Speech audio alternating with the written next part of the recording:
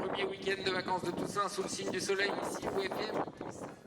Pendant 10 jours, du 17 au 25 octobre, s'est déroulée la deuxième édition des Wave Games sur le spot de la Torche, un site bien connu de tous les amateurs de glisse.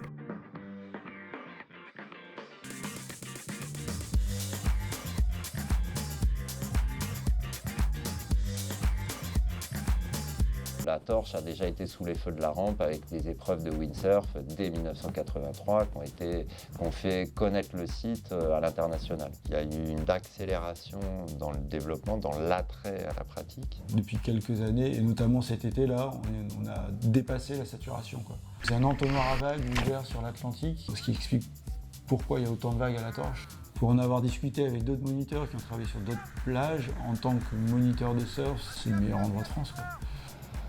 Un problème se pose alors pour les gestionnaires du site. Comment concilier activité récréative et protection du littoral ? La Torche est un marqueur de territoire, un site emblématique de la région. Afin de le protéger, il faut en organiser la fréquentation. Protection et mise en valeur sont orchestrées par le Conservatoire du littoral, incarné sur le terrain par le garde du littoral.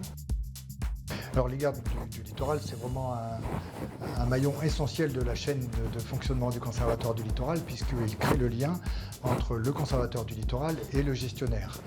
Puisque le Conservatoire du littoral, de par le Code de l'environnement, n'assure pas la gestion de ces terrains, il assure la mission de propriétaire, mais non celle de gestionnaire. Le garde du littoral est donc l'acteur clé de la protection du site. Alors à quoi ressemble son quotidien ? Au niveau du métier, donc garde du littoral, identifié un peu comme 4 piliers essentiels. C'est d'abord la connaissance des espaces, des limites, des usages du vivant. Donc, comme je le disais, avant de protéger un espace, il faut le connaître. Le deuxième niveau est force de proposition. Étant effectivement en première ligne sur le terrain, ça nous permet de voir les forces et les faiblesses d'un territoire. Le troisième niveau est plutôt le volet exécutif, où on participe à tous les programmes d'action. Et le quatrième niveau, le quatrième pilier qui a été renforcé en 2016, c'est le pouvoir de police, le volet surveillance et garderie. Et quand il s'agit de protéger le site, Grégory n'est pas seul. Des associations se mobilisent aussi régulièrement, notamment lors de compétitions de surf. En tant qu'association de protection et de mise en valeur des océans, on se doit d'être au contact du grand public et des pratiquants des sports de glisse qui évoluent justement sur le littoral et sur les océans pour les sensibiliser et répondre à leurs questions, etc. Le deuxième volet de l'équilibre entre activité humaine et conservation de la nature, c'est la sensibilisation.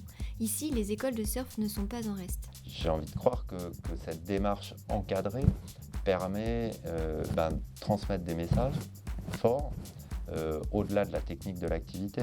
C'est une activité de pleine nature, donc la dimension environnementale, elle est aussi importante que la technique. Donc l'un ne peut pas aller sans l'autre. Et si finalement, cette fréquentation pouvait être un atout pour le territoire ? Finalement, des événements grand public sur un site qui a un enjeu environnemental de premier ordre, c'est une formidable opportunité de communiquer auprès du grand public le caractère fragile du lieu et le type de comportement qu'on doit adopter. Ainsi, concilier les différents usages passe par le dialogue, la communication et la concertation entre les différents acteurs. Et ce, du Conservatoire du littoral jusqu'aux visiteurs. Il y a un vrai savoir-faire qui a été développé entre les services de l'État, les associations, les professionnels comme nous. Et du coup, ça se passe vraiment bien. Évidemment, dans la pratique, ce n'est pas toujours simple de trouver des compromis quand une telle multitude d'acteurs est concernée. Mais s'il y a bien quelque chose qui fait consensus, c'est la beauté du site et la nécessité de le préserver.